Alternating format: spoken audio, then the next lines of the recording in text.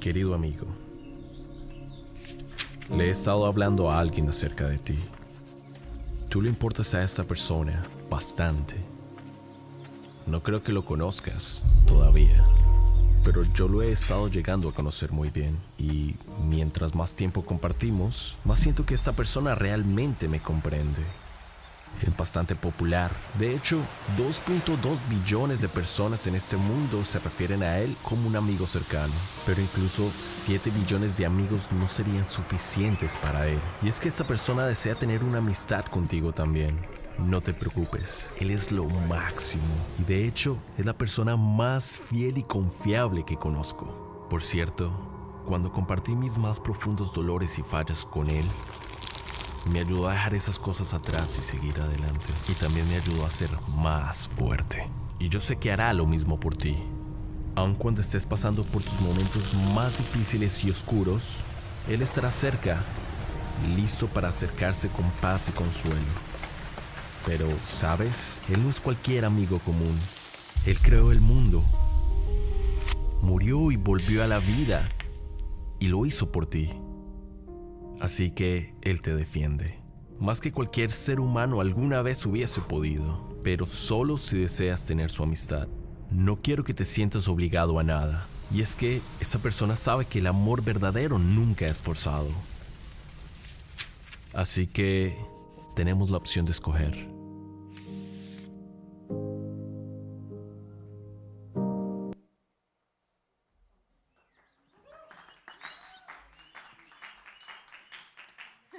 ¿Qué es esa marcha? Hola, buenos días a todos, ¿cómo están? ¿Cómo van, amigos? No, pero quedaron con un ánimo increíble. ¿Cómo están? ¿Cómo amanecen? Mejor. Nos encanta estar acá en casa. Nos encanta. Ay, Dios mío, bendito. Peto se puso bravo. Peto se puso envidioso porque estoy acá. Nos encanta verlos en esta mañana a todos. Para nosotros es una felicidad poder ver sus lindas caritas, la de cada uno de ustedes, y sonreírles y saber que hoy estamos acá. Así que bienvenidos a su casa, a P7, Plenitud 7, a todos. ¡Woohoo! También queremos darle la bienvenida a las personas que nos acompañen por primera vez. ¿Hay alguien que nos acompañe por primera vez? ¿No? Bueno, si de pronto alguien nos está viendo y nos acompaña por primera vez, bienvenido, esta es su casa, hay que venir a la iglesia, no se pierdan de la bendición que es estar en este lugar y poder recibir juntos como hermanos, porque sabemos que Dios dice que donde hay dos o más personas reunidas en su nombre, Él hace cosas magníficas, extraordinarias y maravillosas, y estamos convencidos de que así es y que en esta casa pasan ese tipo de cosas. Amén, amén. ¿Cuántos creemos que en esta casa pasan muchas cosas muy bonitas? Amén. Quiero animarlos a los que nos están viendo por internet que vengan a la iglesia. Es una experiencia muy bonita. Creo que necesitamos ese refresco todos los que estamos acá. Yo cuando estoy entre semana en la casa, uno busca de Dios, uno busca a Dios. Pero creo que la atmósfera que se genera en este lugar es diferente a cuando uno está en la casa solo. Y creo que es muy bonito poder venir a hacer vida, poder conocernos, poder saludarnos y que surjan nuevas amistades. Uno no sabe si nuevos amores, pero sí que vengamos a la iglesia. Creo que es importante. La Biblia dice que no nos dejemos de congregar, y si bien la iglesia somos cada uno de nosotros, creo que congregarnos nos hace la vida un poco más bonita. Amén. Bueno, para nosotros solo es increíble, en serio, nuestra casa, esta casa es un lugar hermoso, y todas y cada una de las cosas que hacemos acá nos ayudan a crecer, nos edifican y nos construyen a diario. Es por eso que no nos quedamos quietos, y entre semana igual tenemos nuestra oración del viernes a las 6 de la mañana. ¿Alguien de acá se conectó? Solo 2 se conectaron. No tanto. Bueno, pues los invito a que se conecten, es un tiempo bien bonito, ¿saben? Yo creo que a pesar de los afanes de la vida y los afanes de la rutina, siempre es bueno poder tener un tiempo apartado para Dios. Y si no puede porque tiene que ir a su trabajo, tiene que ir a su universidad, colegio, lo que sea que esté haciendo, pues igual puede ponerse sus audífonos y conectarse y poder estar recibiendo un poco de la palabra que Dios nos prepara y nos regala cada día en la oración de los viernes. Sí, recordemos que son los viernes a las 6 de la mañana y qué bonito comenzar el día estando conectados con Dios. La palabra de Dios dice que donde hay 2 o 3 reunidos en su nombre, allí está la presencia de Dios. Y creo que no se refiere solamente a que estemos aquí también presentes físicamente, sino también que nos podemos conectar desde cada punto donde estemos. Imagínense como si fuéramos satélites cubriendo la ciudad, desde cada punto que estemos orando por la ciudad, orando por las familias, orando por la iglesia, orando por todo lo que nos sucede. Creo que es importante y es algo que también nos ayuda como iglesia, amén. Amén. Adicional, aparte de la oración que tenemos los viernes a las 6 de la mañana, cada 15 días tenemos grupos de jóvenes, jóvenes adultos, adultos preadolescentes y adultos mayores. Adultecentes. Adultecentes. Nosotros somos adultecentes. Y cada 15 días tenemos estos grupos, son los viernes también, más o menos a las 6, 7 de la noche para que se programen. Ojalá que puedan estar. Es un tiempo muy bonito, no es venir solamente a leer la Biblia, que a veces puede que se torne aburrido para muchos. La pasamos muy rico, compartimos de Dios, comemos, jugamos, hablamos de todo un poco y eso también hace que uno esté más fresco. También queremos recordarles nuestra canasta, la canasta donde dejamos los frutos del amor. No se nos olvide poder traer, cosechar, bendecir a alguien que lo pueda estar necesitando o no necesitando. Simplemente cuando damos con corazón sonriente y bondadoso, Dios a sí mismo nos va a retribuir. Entonces no olviden traer su frutico de amor y depositarlo en la canasta para que podamos dar a los demás un poco de lo que Dios ya nos ha regalado a nosotros. Recordemos que esos frutos de amor, hoy domingo, dentro de 8 días y dentro de 15 días, recogemos todo lo que son granos, aceites, todo ese tipo de cosas que no se vencen rápido. El último domingo de septiembre recogemos cosas que se puedan vencer, cárnicos y cositas así. Entonces, para que tengan eso presente y traigan en su momento lo que sea de vencer y lo que no, pues no. Y queremos orar por los diezmos y las ofrendas, amén. ¿Cuántos creen que Dios nos bendice cuando damos? Creo que es algo que no todos hacemos juiciosos, pero cuando uno lo hace de corazón, creo que Dios no está diciendo necesito que me des tanto. No, esto exactamente no. Él quiere ver un corazón dispuesto y que ojalá le demos con mucho amor de lo que Él nos da, porque Él primero nos bendice para nosotros poder bendecir a otras personas. Y creo que la iglesia está ahí dentro de eso. ¿Les parece si oramos rápidamente por los diezmos?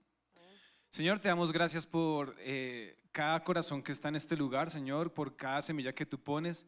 Gracias porque eres tú quien provee nuestras necesidades, Señor. Eres tú quien nos da, Señor, cada día todo lo que necesitamos y así mismo nosotros podemos sacar una pequeña porción de esto para darlo, Señor, como frutos de amor o como el diezmo, como las ofrendas, Señor, como cada semilla que queremos dar en este lugar, Señor. Te pedimos para que tú seas abriendo las ventanas de los cielos, para que tu bendición sea cayendo en nuestros hogares, en nuestras alacenas. Abre, Señor, bendiciones sobre nuestras vidas y que, como tu palabra dice, pruébenme en esto, Señor, que nosotros podamos probarte en esto para que tú después nos retribuyas aún más de lo que ya nos das, Señor. Gracias, Señor. Amén y amén. Recordemos que abajo está el buzón para dar los diezmos y las ofrendas. Si no tienen efectivo, que tu ofrenda no suene. No, mentiras. Podemos hacerlo con transferencia, Nequi, datáfono. Hay muchos medios para hacerlo. Amén. Bueno, y les tenemos un súper notición, ¿no? Este viernes nos vamos de rumba. Pero no se crean, no, una rumba terrible, una de esas. No, es una rumba santa. Viernes 8 de septiembre, 7 de la noche, punto de encuentro, auditorio P7. Vamos a tener un tiempo de vigilia, un tiempo de oración y creo que, pues si ustedes han podido experimentar estos tiempos, saben como yo que son tiempos en los que Dios hace cosas otra vez maravillosas, increíbles, fantabulosas y milagrosas. Entonces los invitamos para que este viernes estemos juntos, vigilantes en la presencia de Dios, estemos unidos como un cuerpo. No piense que es un tiempo pues aburrido solamente de oración o de venir a cantar. No, es un tiempo para venir y disfrutar de la presencia de Dios, disfrutar de Él, gozarnos con Él Así como hoy cantábamos que levantamos un aleluya, ¿saben? En la Biblia dice que un aleluya es una voz de gozo, de júbilo, de gratitud. Y eso es lo que vamos a venir a hacer el viernes 8 de la noche, 7 de la noche, uy, ya me volví loca. 8 de 8 de septiembre, septiembre a las 7 de la noche. 7 de la noche. Me enredé. Acá vamos a tener vigilia juntos para que nos acompañen y podamos estar todos. Recordemos que las vigilias que hacemos en P7 no son hasta las 6 de la mañana, como hace muchos años a mí me pasaba. Una vigilia duraba hasta las 6 de la mañana y uno ya estaba destrozado. Duramos por ahí hasta las 12 de la noche más o menos, son 4 horitas más o menos que estamos en la presencia de Dios. Entonces, de pronto, no sé si muchos se espanten porque dicen, no, pues una vigilia dura de 7 hasta las 6 de la mañana. No dura tanto tiempo, dura menos tiempo, es hasta las 11, 12 de la noche. Entonces, no se desanimen y nos vemos el viernes a las 7 de la noche. Igual si se extiende, pues no pasa nada, ¿no? O sea, no podemos limitar a Dios. Por otro lado, ¿quiénes son parejas acá? Quiero que levanten la mano todos los que sean parejas acá. Parejas. La Sin mayoría. vergüenza. Hoy vinieron todas las parejas. Hoy era el domingo de las parejas, por lo visto.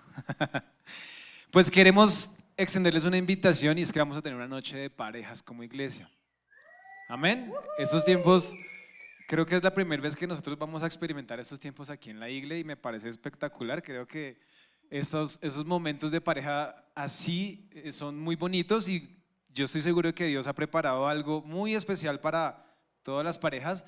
Tiene un costo de 70,000 pesos. Y el cover es traer una pareja invitada. Nada, mentira, Y no la se idea crean. es que ojalá podamos invitar a otra pareja que puede que no conozca de Dios, inclusive puede que conozca de Dios, pero que esté alejado de su matrimonio, puede que su matrimonio esté roto o no sabemos. Entonces, qué bonito es poder invitar a una pareja que va a ser bendecida y que Dios seguramente restaurará cosas, arreglará cosas o mejorará las cosas si es que ya están muy bien. Entonces, esa noche de parejas va a ser el 29 de septiembre a las 7 de la noche. También es un viernes, o sea, les estamos ocupando todos los viernes de septiembre. Pero los animamos a que vengan. Va a ser un tiempo muy bonito y muy especial. Y hablando de parejas increíbles, hoy queremos invitar a una pareja fantabulosa. Invitamos hoy a nuestros paz, que nos Démosle un van a aplauso estar a los paz, compartiendo amén. la palabra. Entonces, ¿por qué no les Un damos aplauso para los a ellos? paz.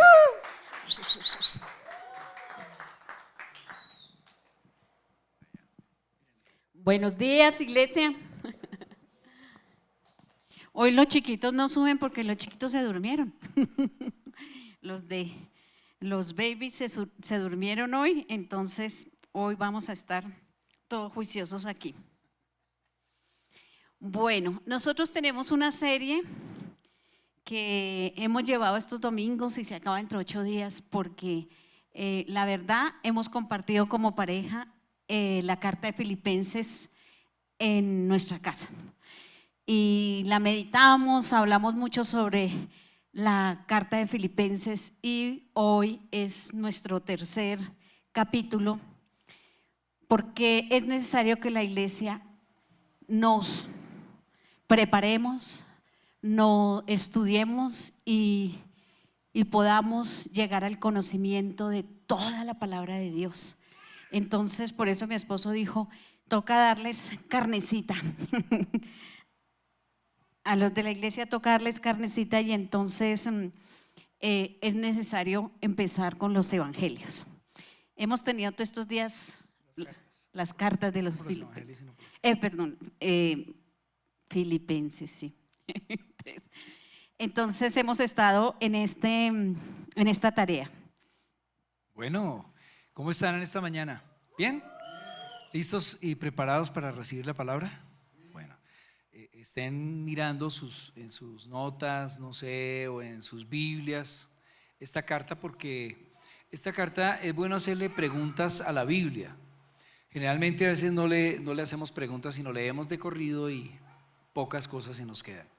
Así que mi esposita hoy preparó unas preguntas para hacer. Sí. Con respecto a lo que el apóstol Pablo escribe en Filipenses en el capítulo 3, porque ya estuvimos mirando el capítulo 1, capítulo 2 y ha sido de gran bendición y creo que ha sido la palabra del Señor como una espada de doble fila. Yo creo que eso nos nos ayuda a santificarnos, a animarnos, a caminar en la experiencia cristiana, porque esta carta no es una carta de teología como les explicaba antes, sino es una carta de experiencia cristiana, de cómo vivir el día a día.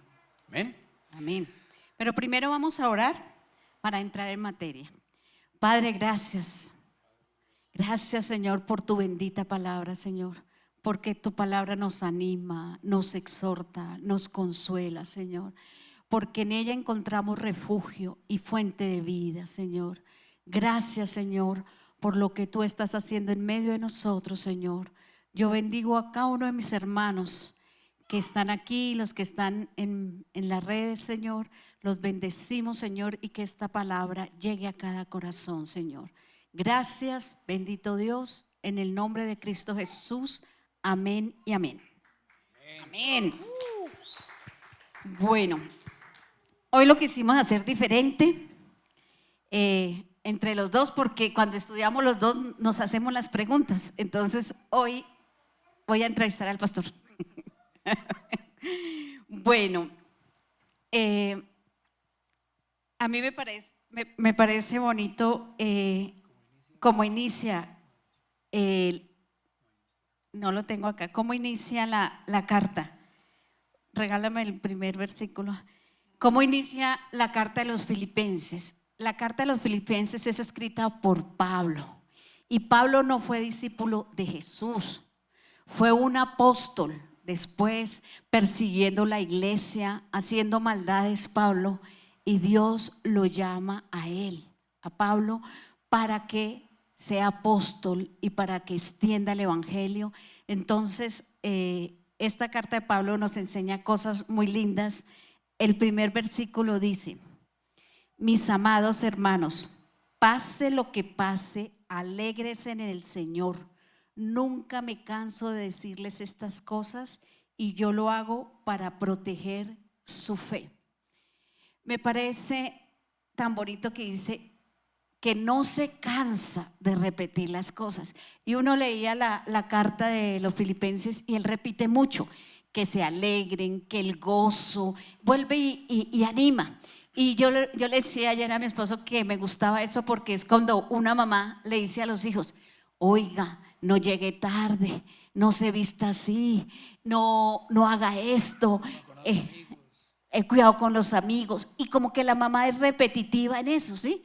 Y entonces Pablo dice, primero dice alégresen, y después dice no me canso de decirles, vuelvo a repetirles. Como que Pablo mira a la iglesia de los Filipenses con ese amor de tutor, con ese amor de padre también para ellos, como ese consejero, y le dice: no me canso de repetirles las mismas cosas para guardar su fe, para asegurar su fe.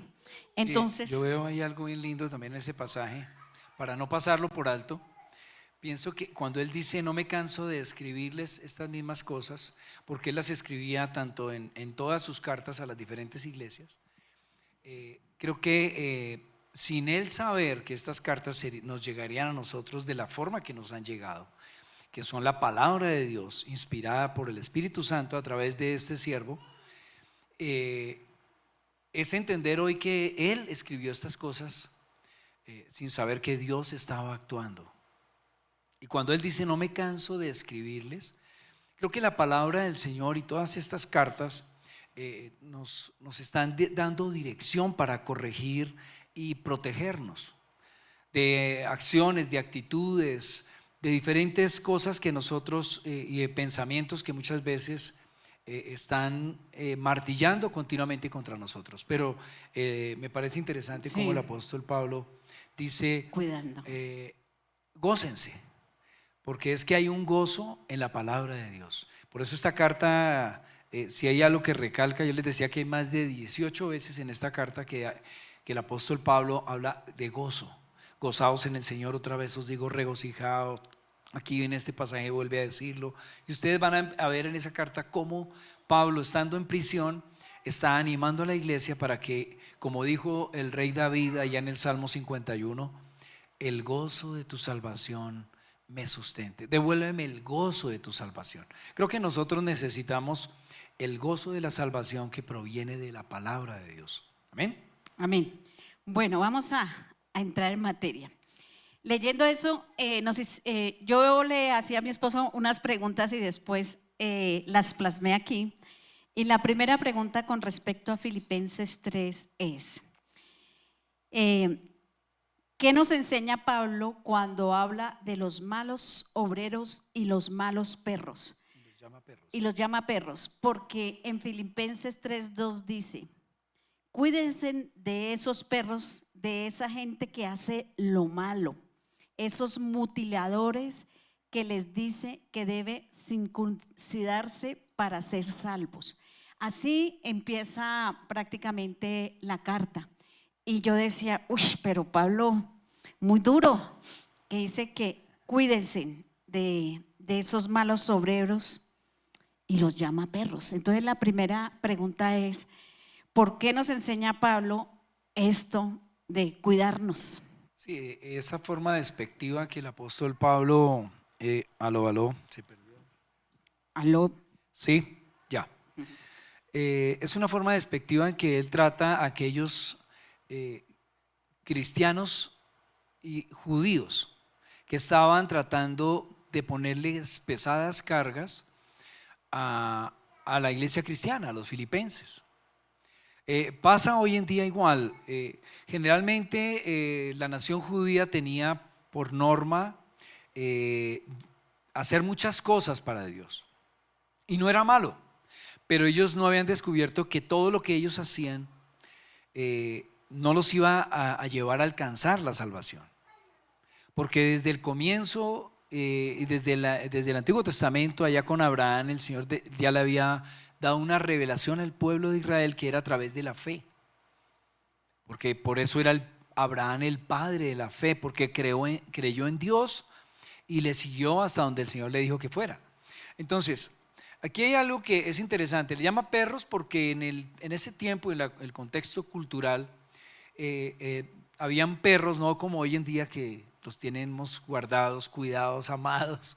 No, en ese tiempo andaban por los campos y devoraban a las personas que iban por el camino. Entonces Pablo le parece bien hacer una forma alegórica, mostrar que estos hombres son como esos perros que devoran en el camino de la fe a los creyentes. Y dice que son malos porque quieren empezar a poner cargas que eran lo que hacían los fariseos de aquel entonces. Como Jesús mismo lo enseñó, ponen pesadas cargas que ni siquiera ellos llevan.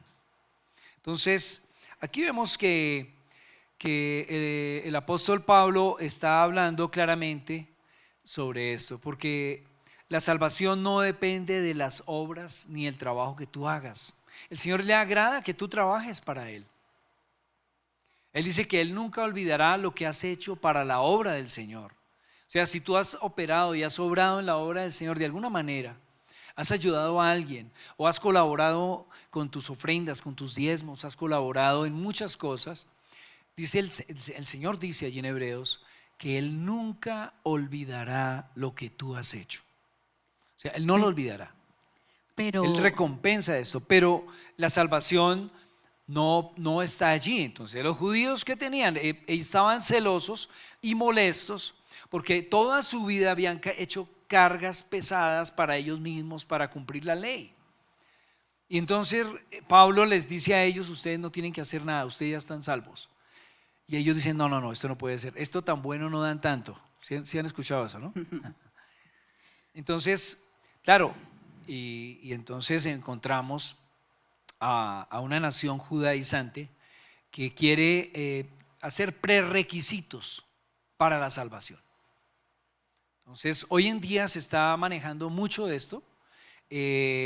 Hay cristianos mesiánicos que entonces al tratar de darle un idioma hebreo a las escrituras, eso hace que la gente se sienta que es algo más importante. Y si te dicen a ti que inclusive tu apellido es relevante porque viene del pueblo de Israel, o sea que tú eres un judío en la carne, Eso es lo que más o menos es lo que están promulgando hoy en día. Y entonces la gente se siente feliz porque se siente que es un israelita. Pero la palabra nos enseña que israelita no lo es porque vino de la descendencia de Abraham, sino, y dice Pablo, que israelita es aquel que lo es de corazón. Y cuando hablan de la circuncisión, porque ustedes lo leen ahí, entonces era una imposición que se quería colocar, de la cual el concilio en Jerusalén, que fueron todos los apóstoles juntamente con Pablo y Bernabé que estuvieron allí, dice la escritura que ellos prohibieron esto. Esto es 15 años antes se había hecho este concilio. Y todavía, después de 15 años pasados, estaban los judíos tratando de colocarles cargas al pueblo cristiano. Hoy en día se nos quieren colocar cargas también. De alguna manera, si usted no ayuna o si usted no da de los diezmos, si usted no colabora o hace esto o aquello, lo otro, entonces usted está como ahí listo el borrador en el libro de la vida. Pero ahí entran como los legalistas y los religiosos.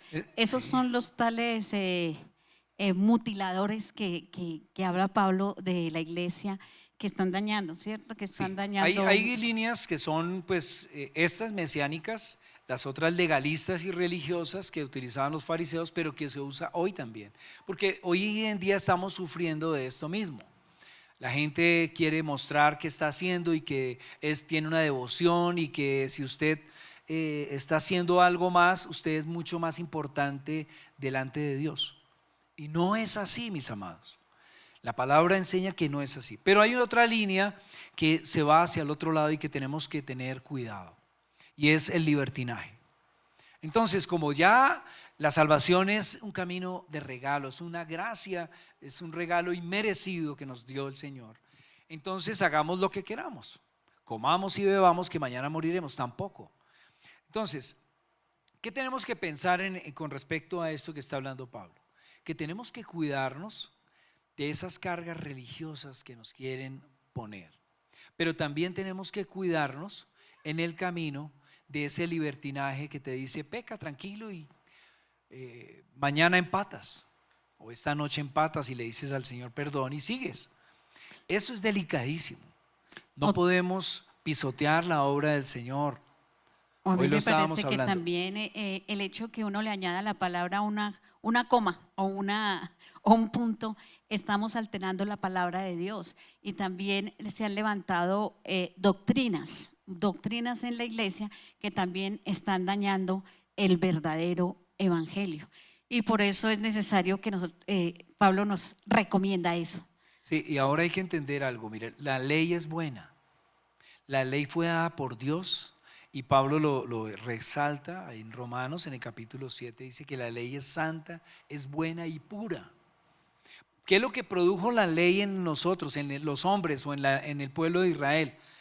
Fue el tropiezo para ellos, pero se convirtió en nuestro ayo, en la manera de encontrarnos con Dios, porque nos dieron la oportunidad de ellos al fallar, de darnos a nosotros la oportunidad de recibir la gracia.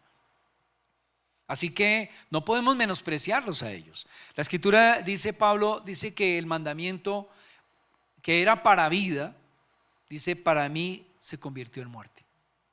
Porque nadie pudo cumplir la ley. Nadie, ningún israelita, ninguno de los hombres de Dios que usted lee en las escrituras, ni Isaías, ni Elías, ninguno de estos hombres de Dios que expresan las escrituras que fueron grandes hombres, profetas como Jeremías, Ezequiel, no cumplieron la ley. O sea que se condenaron de ninguna manera, porque ellos tenían fe y creían a Dios. Así que lo que los determinaba su salvación era su confianza en Dios. Ahora, hay un pasaje muy bonito que se los voy a compartir, que está en Colosenses, con respecto al judaísmo, al estar judaizando, y en cuanto a la ley, las fiestas y todas estas cosas que de pronto en algún momento te van a llegar a alguien a decirte. Pablo dice lo siguiente: pues ustedes fueron sepultados con Cristo cuando se bautizaron. Por eso es importante con decisión adulta ir a las aguas.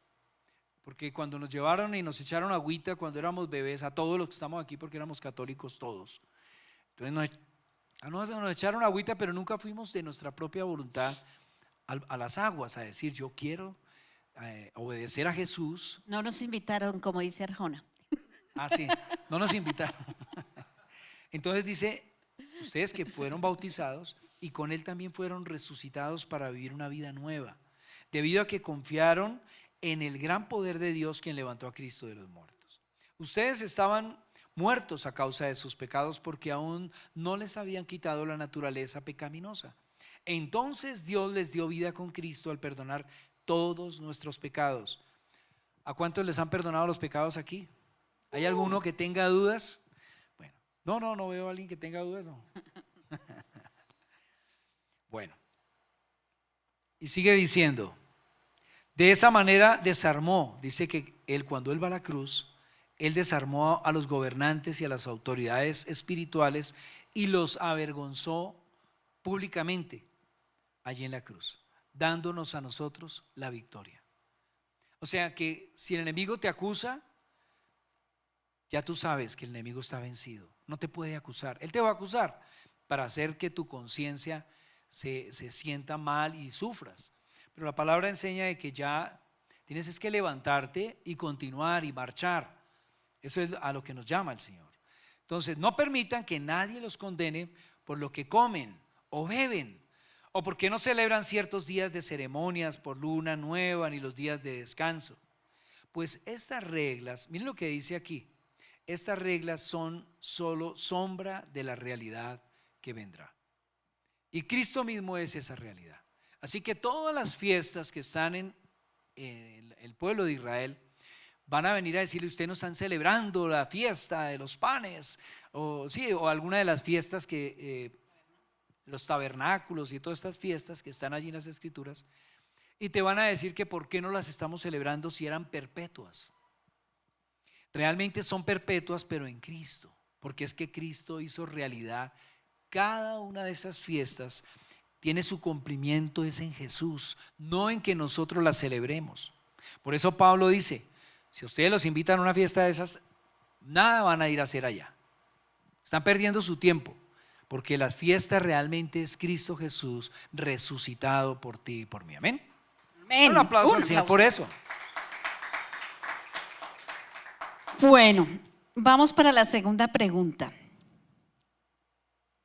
¿Pero acaso no es arrogancia de Pablo al decir que él es el más duro? Porque ahí en el versículo dice, aunque si alguien pudiera confiar en sus propios esfuerzos, ese sería yo. De hecho, si otros tienen razones para confiar en sus propios esfuerzos, yo las tengo aún más. Y yo me ponía a pensar que esta carta, Pablo es duro. Y yo creo que Dios escogió a Pablo, ¿por qué? Porque él era un fariseo, él era preparado con Gamaliel, él era de la tribu de Benjamín, él tenía muchísimas credenciales para decir yo soy el duro cuando perseguía a la iglesia, porque era un hombre radical, con conocimiento, de un temperamento bien fuerte. Y entonces Dios dijo, a este lo necesito, pero al otro lado, en el otro equipo, y por eso Dios le llamó. Y mire esas cartas esa carta tan dura que dice que él era el que tenía, el que es el que más se podría llamar y el que más demostraría todo, porque él es experimentado. Entonces la pregunta es, ¿pero acaso no es arrogante Pablo al decir que él es el duro de los duros? Bueno, si uno mira el contexto, pues se da uno cuenta que él quiere utilizar esto precisamente para dejar una enseñanza al pueblo, a los filipenses y a los judíos que leyeran esa carta. Porque él quería demostrar que todo lo que él había alcanzado y la posición que tenía él, porque él tenía una posición tan importante como tú le estabas diciendo, él tenía la visa norteamericana y hablaba como 5 idiomas según hoy, ¿no? Entonces dicen, yo tengo la visa, tengo la residencia, la ciudadanía. Él era romano. Y fuera de eso era de la tribu de Benjamín, hebreo de hebreos. Entonces él hace un prontuario de su vida, de su carrera, de sus estudios con el mejor profesor que tenía la época, que llamaba Gamaliel. Y entonces él saca a relucir esto para poder mostrarle a la gente que aunque él tenía toda esta hoja de vida tan importante, no era tan importante para Dios. Porque así como el Señor le dijo a Samuel, no mires a la apariencia, porque el hombre mira la apariencia y a su estatura, dice ahí el Señor al profeta Samuel, cuando está buscando rey para Israel. Dice, porque es que Dios mira el corazón. Entonces, Pablo quiere aquí mostrar es que él precisamente, siendo el más duro, él se encuentra siendo el más débil de todos. Y él lo expresa más adelante en 2 Corintios, en el capítulo 12.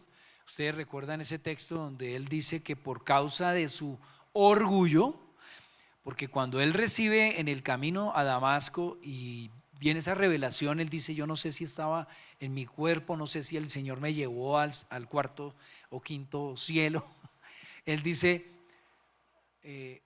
yo no sé cómo fue, pero sé que Dios habló cosas que nadie ha podido escuchar y que no se pueden ni decir. Y dice que eso lo llenó a él y lo puso en un lugar de protagonismo tan grande que dice que Dios tuvo que enviarle un aguijón a su carne. ¿Para qué? Dice que por causa de su orgullo. Dice, aun cuando he recibido de Dios revelaciones tan maravillosas, así que para impedir que me volviera orgulloso, que era el problema que tenían los judíos, los que querían que se circuncidaran los filipenses, era eso, era un orgullo espiritual. Es que nosotros sí fuimos circuncidados al 8º día, nosotros sí somos los que guardamos la ley, nosotros sí ayunamos, nosotros sí diezmamos, nosotros sí vamos a la iglesia. Toda una cantidad de cosas que nosotros no tenemos que sentir ninguna altivez ni sentirnos mejores que otros.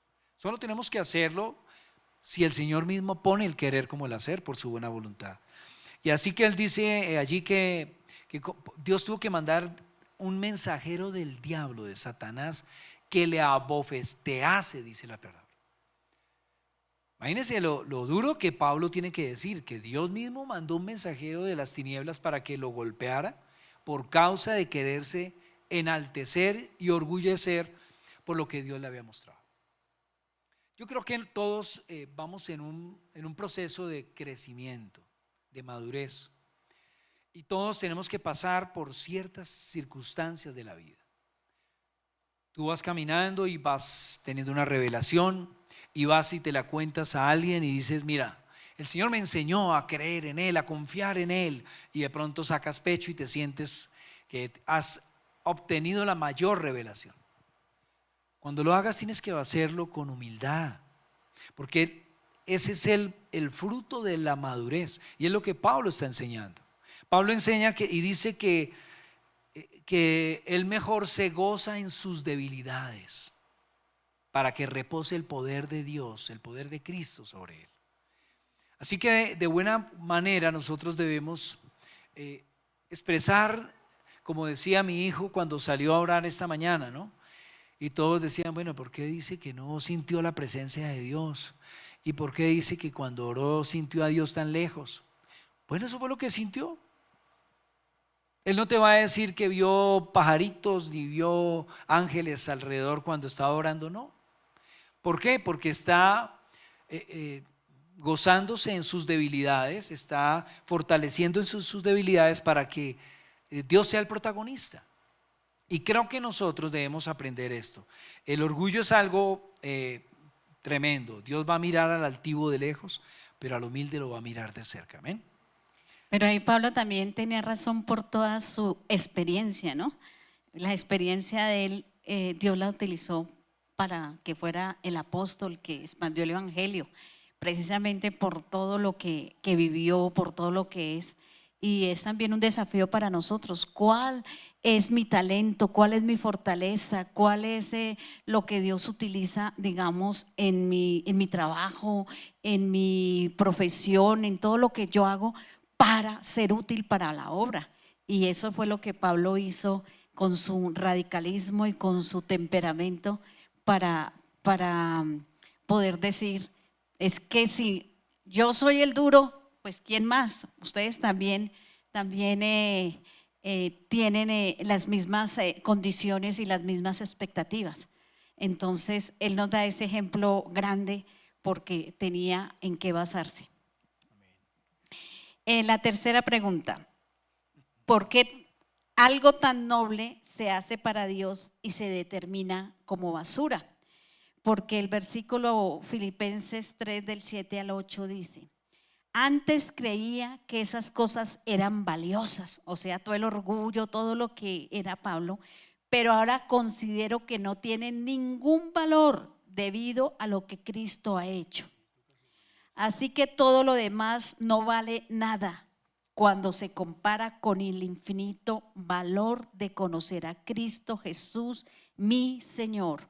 Por amor a Él he desechado todo lo demás y lo considero basura a fin de ganar a Cristo. Entonces tú dices, uy, ¿por qué esas obras tan nobles que se hacían para Dios, Él la determina como basura? Yo creo que ahí es donde tenemos que aprender. Miren, ya viendo todo lo que hizo Pablo y todo lo que era Pablo, él determina en su aprendizaje, en su madurez, que realmente eso es nada, porque él miraba era la obra de Cristo Jesús. Cuando tú miras lo que Jesús hizo y su caminar aquí en esos 3 años y medio de ministerio, es algo que tu vida va a cambiar completamente. Todos aquellos que han mirado a Jesús son transformados a la imagen de Jesús. Y creo que cuando Pablo está enseñándonos esto y enseñándole a los filipenses esto, tú y yo necesitamos algo muy importante, y es conocerle a Él y el poder de su gracia, el poder de su amor. Y eso es lo que nos va a transformar verdaderamente. Le hemos puesto valor a muchas cosas en esta vida, carreras, profesiones, trabajos, dinero, posesiones, pero realmente eso es lo más importante en tu vida. Ahí tenemos que hacernos preguntas, porque si tú perdieras tu trabajo y mañana te dijeran, ya no tienes trabajo, el sueldo que tenías ya no lo tienes,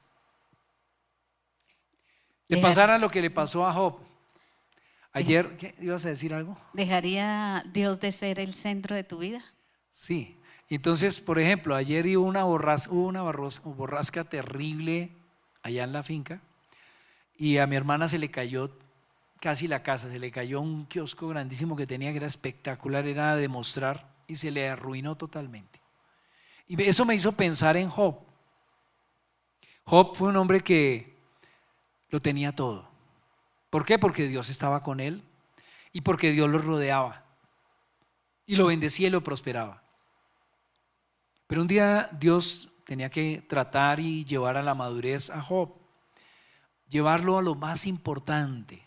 Escuchen esto, llevarlo a lo más importante de su vida, y le permitió a Satanás que le tocara todo lo que él tenía. Así que en un solo día todos sus ganados se murieron, en un solo día cayeron rayos y se incendiaron todos sus sembrados, en un solo día la cuenta bancaria quedó en 0. Entonces es bueno que nosotros pensemos. Esto nos hace pensar en algo importante. Si mañana quedaras en la bancarrota, al levantarte y no encontraras absolutamente nada, ¿qué harías? ¿Llorar? Sí, se vale llorar. Lamentar también. Los salmos están llenos de lamentos y de lágrimas y de queja. Job hizo algo, no renegó contra Dios. y bendijo el nombre del Señor. Dijo: bendito seas. Tú diste y tú quitaste. Bendito sea el nombre del Señor. Y su mujer le estaba diciendo: reniega, maldice. Era la que le dolía más la cuenta bancaria. Pero ahí es donde encontramos por qué Dios permite esas cosas. Porque hay algo que Pablo sí entendió. Y quiero que tú hoy lo entiendas. Lo más importante de tu vida es la vida tuya y no las cosas que te rodean ni las cosas que Dios te ha dado. Tú tienes que buscar al Dios que te dio y te ha dado todas las cosas que tienes y que te ha dado para que administres como buen mayordomo, como buena y sensata mayordoma de las cosas que están puestas. Y yo creo que ahí es donde nosotros tenemos que encontrar por qué Pablo dice, porque es que él lo dice de una manera y aquí nosotros la leemos de una manera traducida a nuestro español actual y muy sano y muy pulcro, ¿no? Él dice que él determina todo lo que él tenía como estiércol. No, aquí lo dice basura, pues para que no suenen las escrituras tan feo, pero en el griego es estiércol, mierda. Y a veces, uy, no diga eso, pastor, que es que suena como feo. Eso es lo que él entendió. Miren lo que dice el profeta Isaías. Por eso, cuando uno mira el contexto bíblico, encuentra lo siguiente. Dice Isaías 64, del 5 al 6, dice así: tú recibes a quienes hacen el bien con gusto, a quienes siguen caminos de justicia, pero has estado muy enojado con nosotros porque no somos justos. Pecamos constantemente. ¿Cuánto nos está pasando eso? ¿Cómo es posible que personas como nosotros se salven? Estamos todos infectados por el pecado y somos impuros. Cuando mostramos nuestros actos de justicia, no son más que trapos sucios. Como las hojas de otoño, nos marchitamos y caemos, y nuestros pecados nos arrasan como el viento. Mira lo que dice el profeta inspirado por el Espíritu de Dios. Y creo que no distante del pueblo de Israel que fue llevado a Babilonia por esta causa, no dista tanto de la iglesia cristiana. Y tratamos de tapar el sol con un dedo, pero es algo que tú y yo estamos luchando. Y el Señor nos dice: oye, hay una línea muy finita, la de la religiosidad, la del legalismo, la del libertinaje. Yo he puesto una puerta angosta, un camino estrecho. Los que entran por ahí encontrarán el camino de la vida. Y a esto nos está llamando el Señor aquí, ¿no? Ahora, ¿quién puede decir que es justo? La Biblia dice: no hay justo ni aun uno, por cuanto todos pecaron y están destituidos de la gloria de Dios. Aquí lo que prima realmente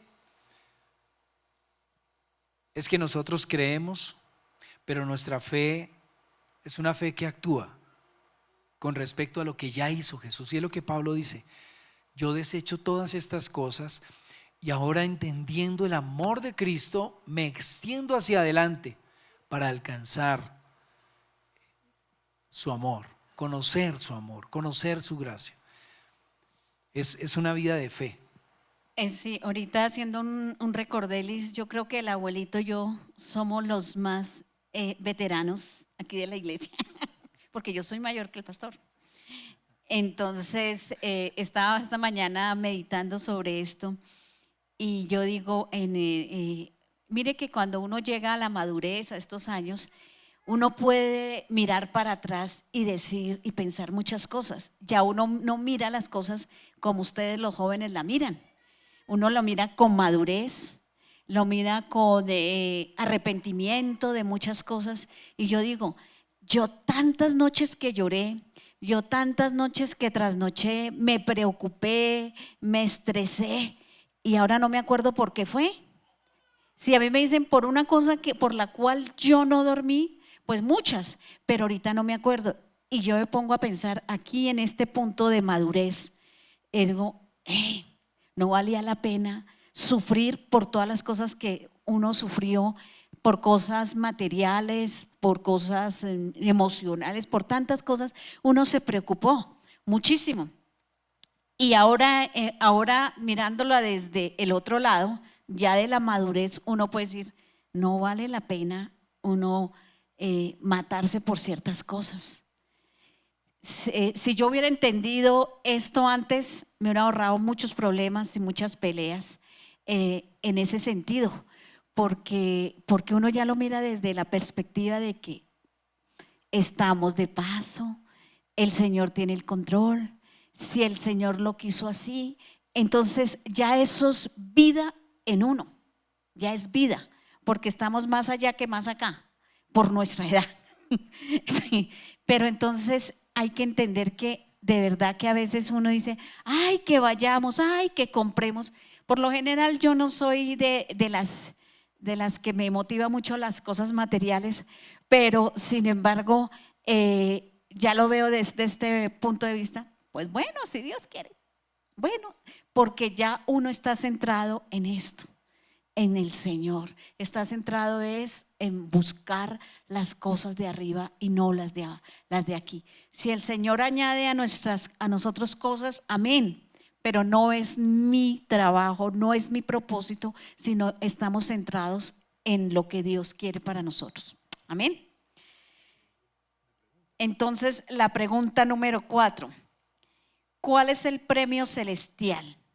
Porque Pablo dice ahí en Filipenses 3:14, avanzo hasta llegar al final de la carrera para recibir el premio celestial al cual Dios nos llama por medio de Cristo Jesús. Entonces, nosotros tenemos que entender que así como Pablo, nosotros tenemos un premio celestial. Pero ¿cuál es? ¿Cuál es? Bueno, yo creo que aquí todos sabemos cuál es el premio. De hecho, el premio pues sabemos que es la vida eterna. Pero hay algo que comprender y es que ya estamos viviendo ese premio aquí. O sea, tú y yo somos ya herederos y coherederos con Cristo. Lo que pasa es que muchos estamos andando como mendigos cuando ya tenemos la herencia. ¿Por qué? Porque nos comportamos como niños y no buscamos en la insondable palabra de Dios, donde están todas las promesas de Dios para los hijos de Dios. Y nos olvidamos que ya somos herederos. Que aunque seamos niños, la herencia todavía no se nos ha dado, pero la podemos disfrutar a través de la tutoría de los que nos están guiando. Y el tutor que tenemos es el Espíritu Santo de Dios. Así que disfruta desde ya la vida eterna que el Señor te dio. Jesús dijo, yo he venido para que tengan ya vida eterna, una vida de abundancia. Así que cuando tú vives la vida eterna aquí, tú vives el gozo, vives la paz, el amor, la bondad, la fe, la mansedumbre y la templanza. Y contra tales cosas no hay ley. La palabra dice que si tus justicias no son mayores que la de los fariseos, no entrarás en el reino de los cielos. Y la única manera de tener la justicia mayor que la de los fariseos, que querían guardar la ley, que querían hacer tantas cosas, era sencillo, era andar en el Espíritu. Y es de las cosas primeras que dice Pablo allí, porque nosotros somos de los que andamos en el Espíritu, los que adoramos en el Espíritu. Y creo que cuando nosotros lo hacemos, estamos viviendo la vida eterna que Jesús ya prometió. Que este cuerpo un momento se va a hacer pedazos y se marchitará, pero recibiremos un cuerpo como el que Jesús cuando resucitó, inmortal. Así que vivamos la vida cristiana desde ya. Y yo creo que en todas las cosas que uno hace, uno siempre busca un propósito, y nosotros estamos aquí en la tierra con una esperanza. Dice que hay un premio celestial y nosotros estamos en una carrera. Pablo dice, yo avanzo para tomar ese premio. Nosotros debemos tomarlo así, avanzar para tomar ese premio, pero nosotros nos distraemos en esa carrera. Y de las cosas que hoy quiero llamar llamar a ustedes y a nosotros también es enfocarnos. A veces nosotros nos desenfocamos. Estamos desenfocados del premio, estamos desenfocados de la esperanza, de lo que vamos a encontrar allá. Y esa es la esperanza de nosotros. Qué bonito que nosotros no pasamos en esta tierra como algo así, como un tiro de suerte, como algo por ahí sin ley y sin propósito, sino con una esperanza, con un llamado, con una meta. Para nosotros hay meta y hay un premio grande para Lo nosotros. que decía Pablo era que era a fin de conocerle a Jesús. Y creo que si la vida eterna es, y cuando partamos de este mundo, es encontrarnos cara a cara con Jesús, ¿por qué no estamos viviendo ese diario vivir cara a cara con Jesús? ¿Por qué no estamos tomando ese tiempo para ir al lugar secreto, para intimar? Porque muchos van a decir de los que se adulan hoy en día que hacen milagros, que echan fuera demonios, que profetizan, que tienen muchos seguidores. Y Jesús un día les dirá, apartados de mí, hacedores de maldad, nunca os conocí. Creo que el Señor nos está llamando a conocerle. Y el propósito de nuestra vida cristiana es conocer a Jesús. Conocerle, Él es el tesoro. Él es el buen tesoro que tú necesitas.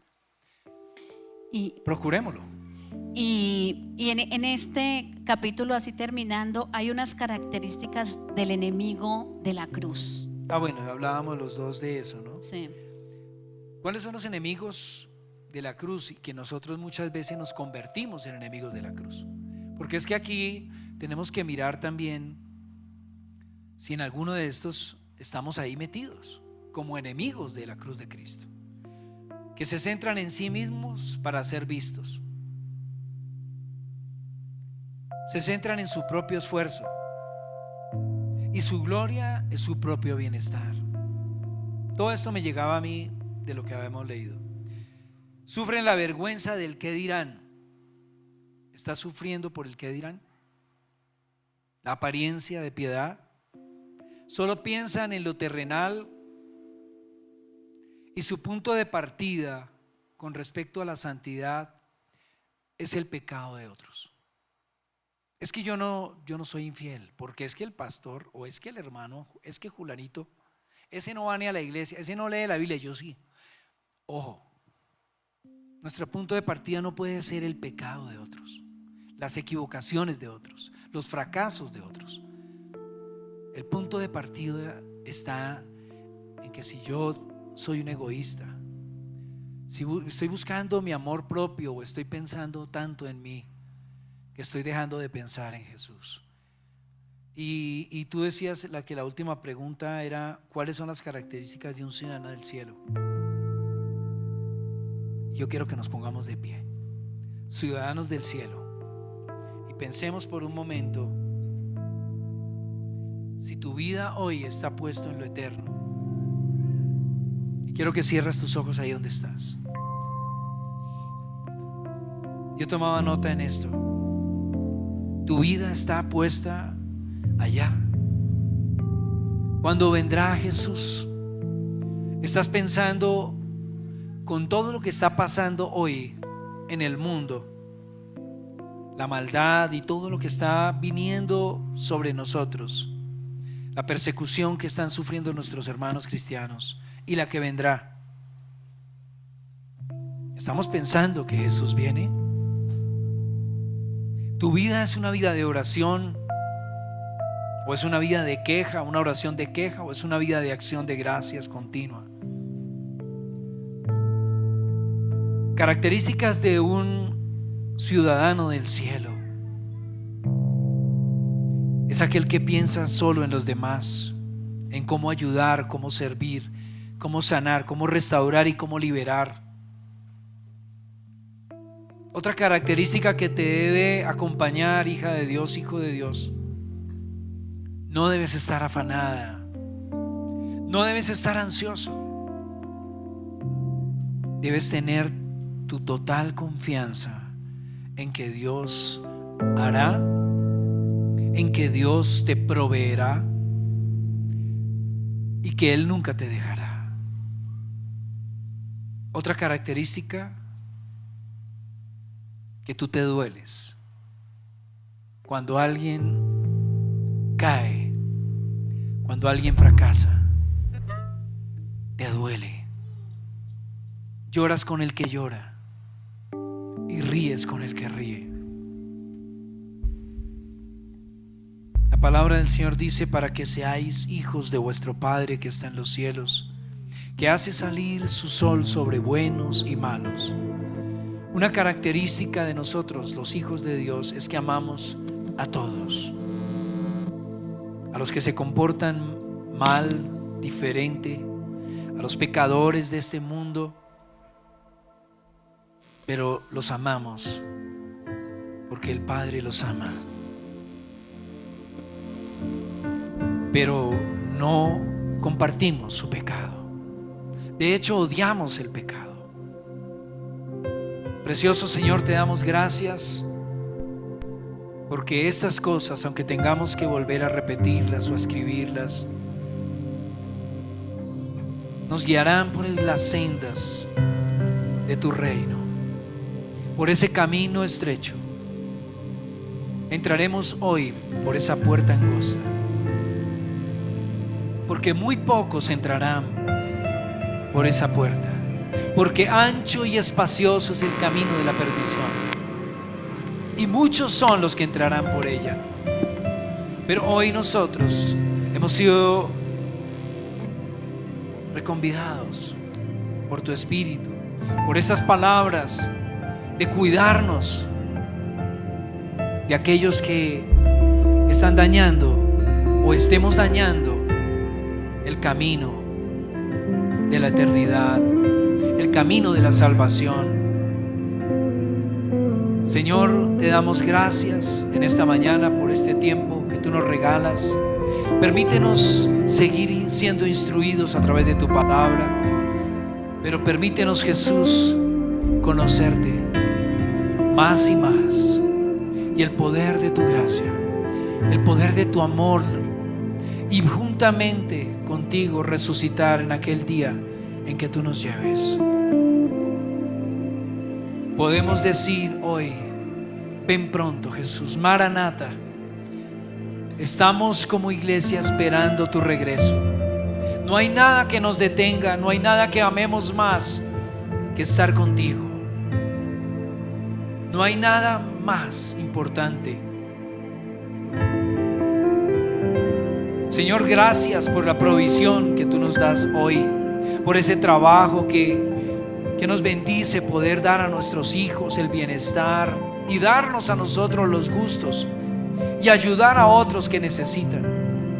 Dios, gracias por ese regalo tan maravilloso, pero permite que no nos extraviemos poniendo nuestros ojos como si fuera un gran tesoro, porque tú dijiste: donde está vuestro tesoro, allí estará también vuestro corazón. Te damos gracias en Cristo Jesús. Y toda la iglesia dice: